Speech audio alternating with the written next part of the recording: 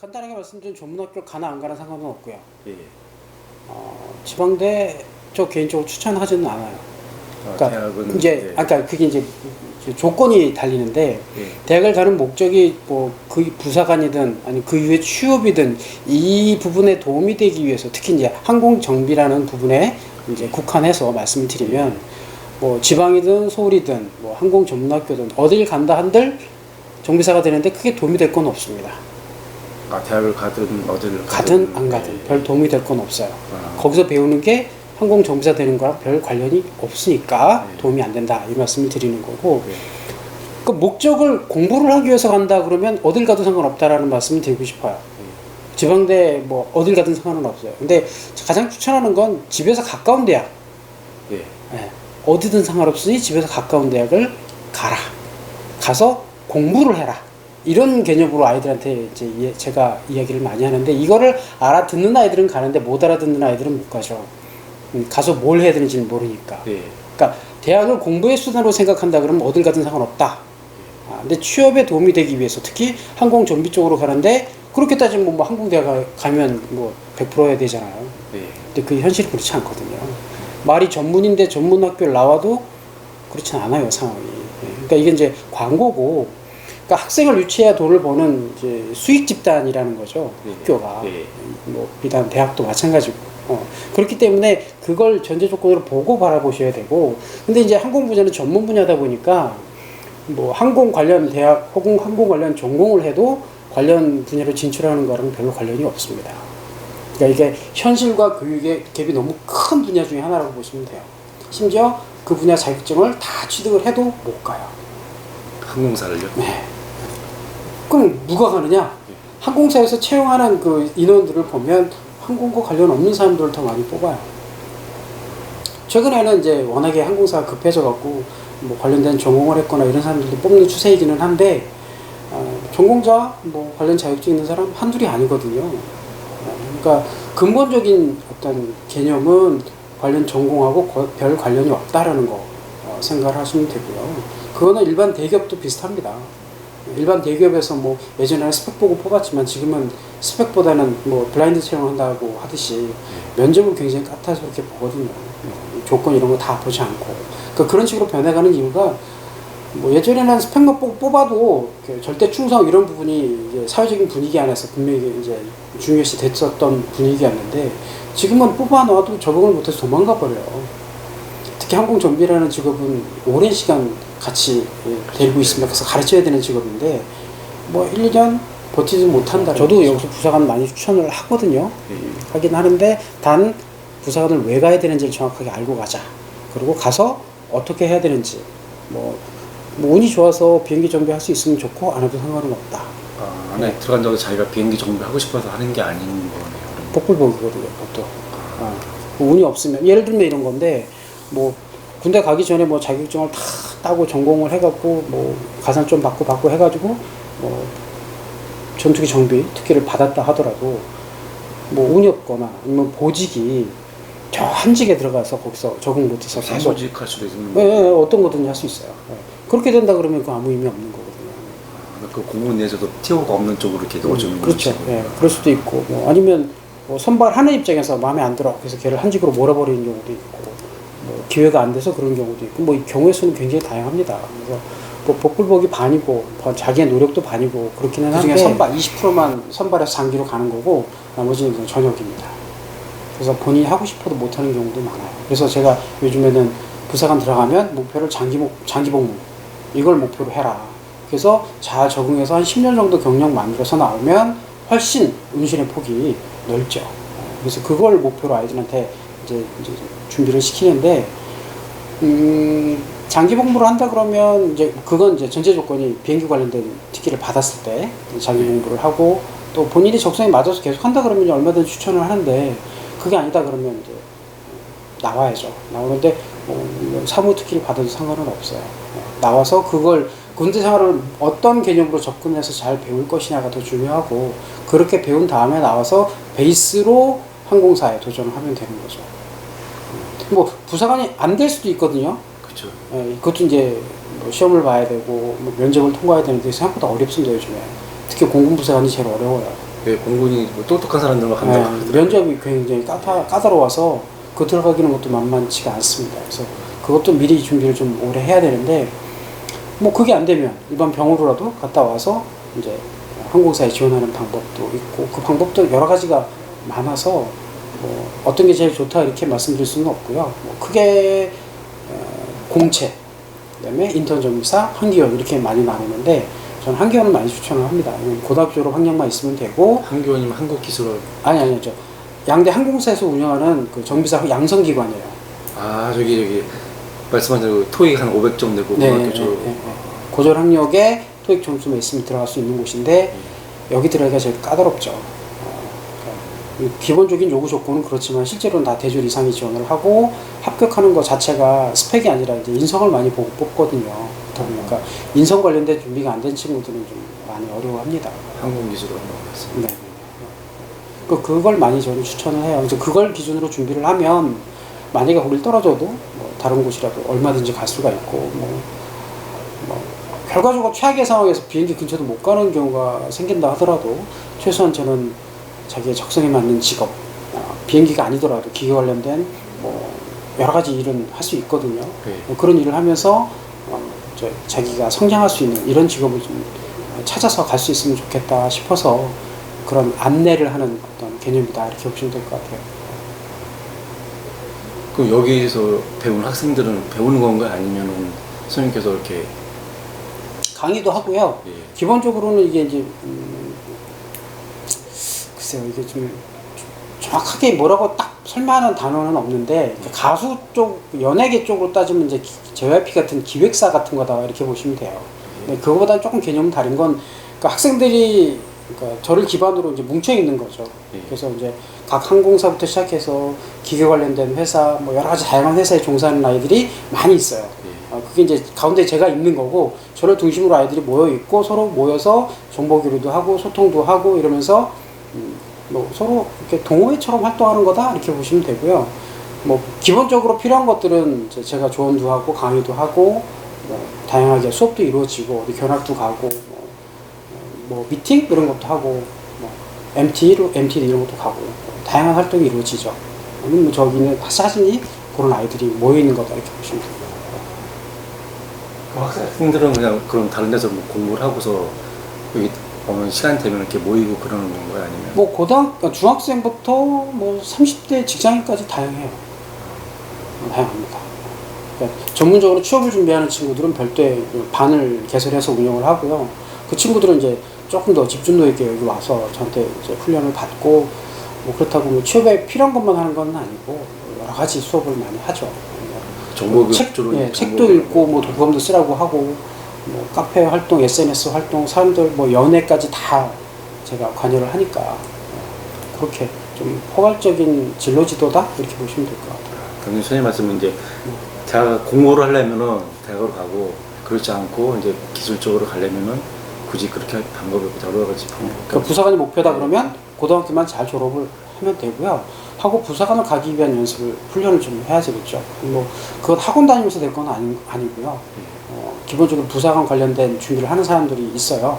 그런 사람들하고 어울리면서 진짜 정보, 광고가 아니라 정보를 좀 취합을 해서 관련된 공부를 좀 한 다음에 부사관 지원을 하고 부사관 근데 그에 관련돼서 아셔야 될 게 굉장히 많은데 그걸 제가 다 써놨습니다 글로. 그걸 조금 아드님하고 같이 아직 조급할 거 없어요. 아직 고3이에요. 뭐 아까 뭐 이번 주에 면접 위탁 이거 전혀 신경 안 쓰셔도 됩니다. 그냥 지금 고등학교 졸업해도 충분해요. 일부러 이렇게 위탁 교육 전혀 전 추천하지 않습니다. 안 가셔도 되고요.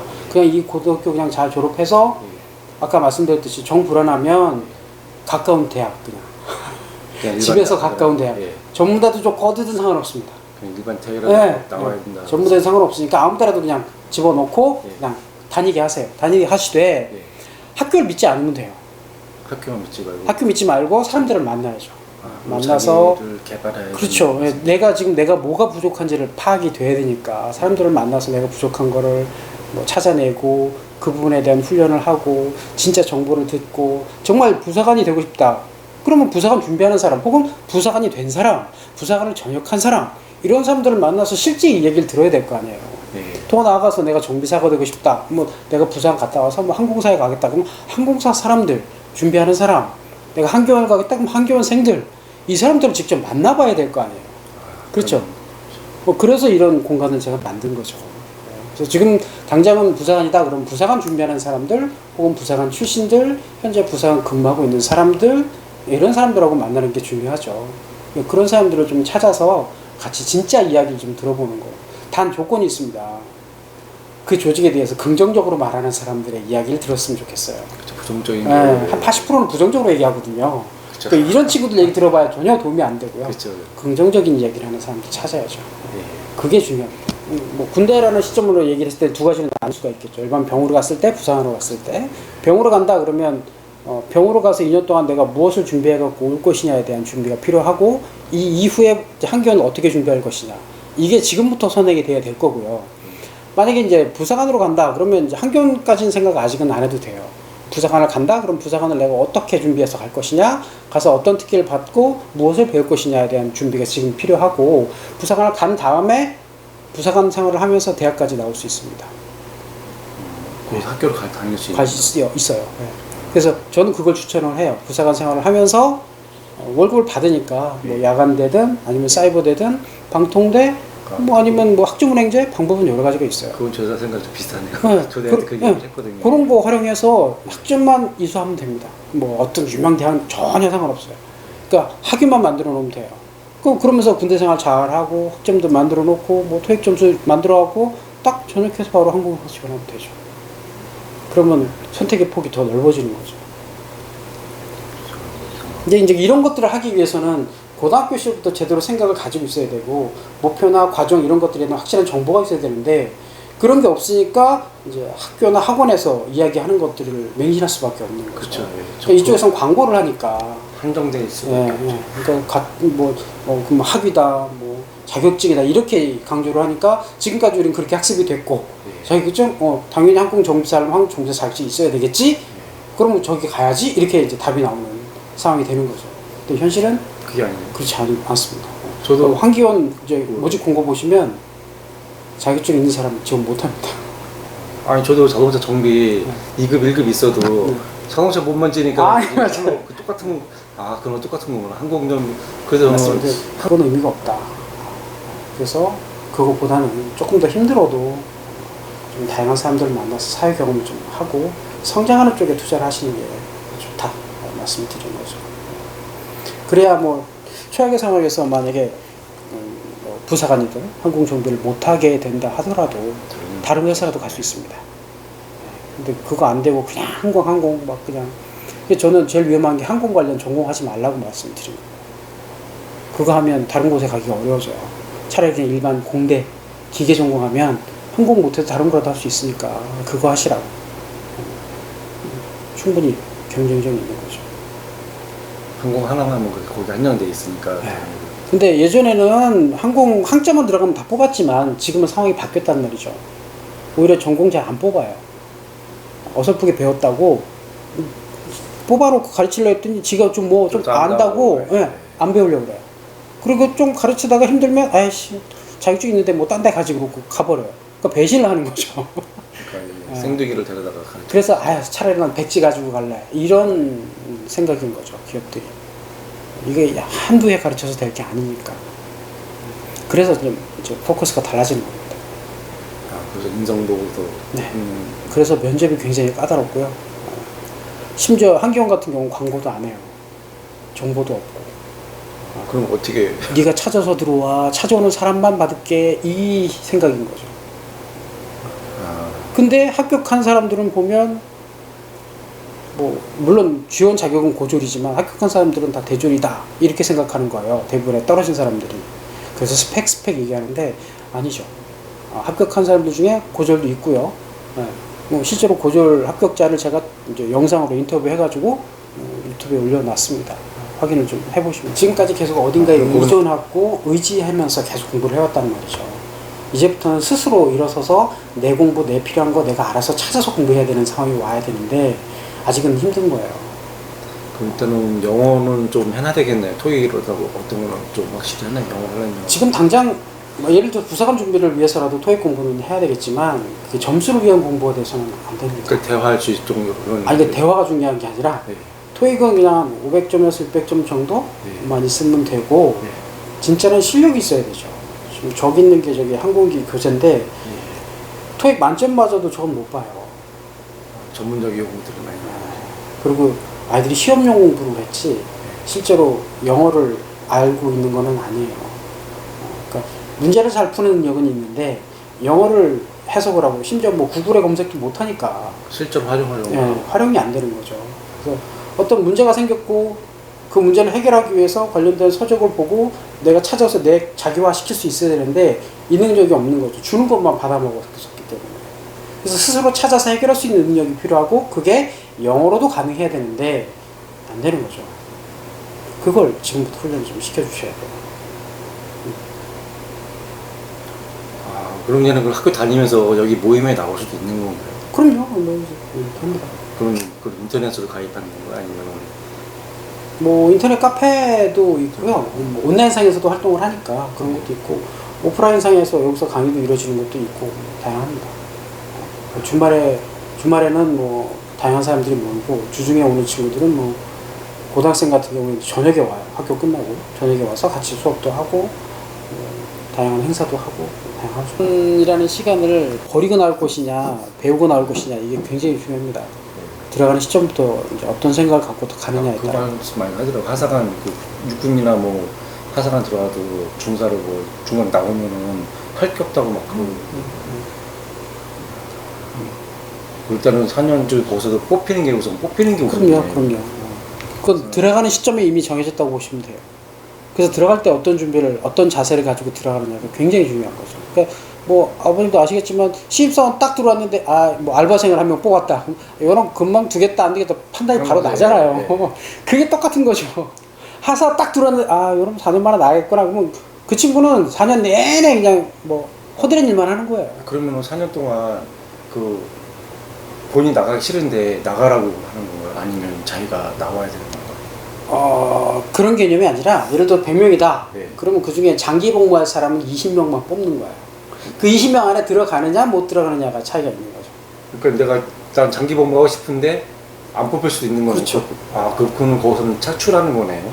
그 고급 평정 다 하죠. 네, 그러니까는 딱 봤을 때. 근데 보통은 이제 군대 생활 적응 잘하고 이제 상하 관계 잘 유지해서 뭐 크게 무리 없으면 이 친구 데리고 가려고 상을 몰아줍니다. 몰아줘서 어떻게든 점수를 올리죠. 그럼 이 친구 그냥 장기 복무 시키는 거죠. 근데 본인이 보통 아이들이 생각이 없어요. 그러니까 난 4년 만에 제대할 거야. 대놓고 제코를 해버려요. 들어가자마자. 그렇게 차에 나오면 또 뭐 아무것도 없죠. 못하고 시간만 보내는. 그냥 군대 생활 2년 할 거 4년 한 거밖에 안 되는 거예요. 그럼 젊은 시절 다 그냥 보내고 나온 거죠. 그러니까 어설프게 돈 벌었으니까 돈 펑펑 쓰다가 돈의 개념도 없고 나와서 할 건 없으니까 또 뭐 여기저기 전전하다가 그런 경우 굉장히 많죠. 그러니까 들어갈 때부터 제대로 군대를 잘 활용해야 되는 겁니다. 이건 제가 많은 학생들을 만나면서 내린 결론인데 가정교육이 제일 중요합니다. 아버님, 어머님이 진짜 정확하게 이야기 잘 해주셔야 돼요. 이 사회는 그렇지 않다. 뭐가 중요한지 정말 말씀 잘 해주셔야 됩니다. 학교에서 학원에서 뭐 얘기하는 거 그게 다인 것처럼 착각을 해요. 대화도 좀 해보고 한번 와라 제가 얘기를 해서 만나도 보고 그리고 제가 뭐 줄 수 있는 도움이 있다 그러면 아이한테 최소한 여기 있는 아이들을 같이 만나기만 해도 도움이 될 거예요. 왜냐면 자기보다 10년 거의 15년 앞선 선배들이 지금 여기 있으니까 만나보면 대화만 하는 걸로도 크게 도움이 될 겁니다. 선생님 진짜 제가 잘